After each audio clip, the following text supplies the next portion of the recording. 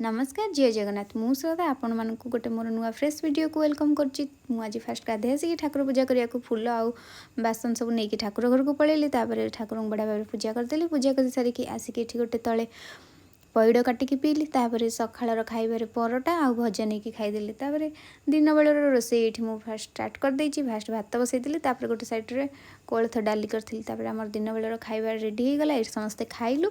तापर आसिक मु फिल्म देखिया बसी पड़ली। आमर तो ये फिल्म हॉल नहीं से मोर टीवी रे देखी बोली डाउनलोड करके मोर बसिक देखिली। सतरे फिल्मटा बहुत ही बढ़िया है। आपण मैंने निश्चिंत जातु हॉल को देखु कि घरे रही देखु बढ़िया होता फिल्मटा।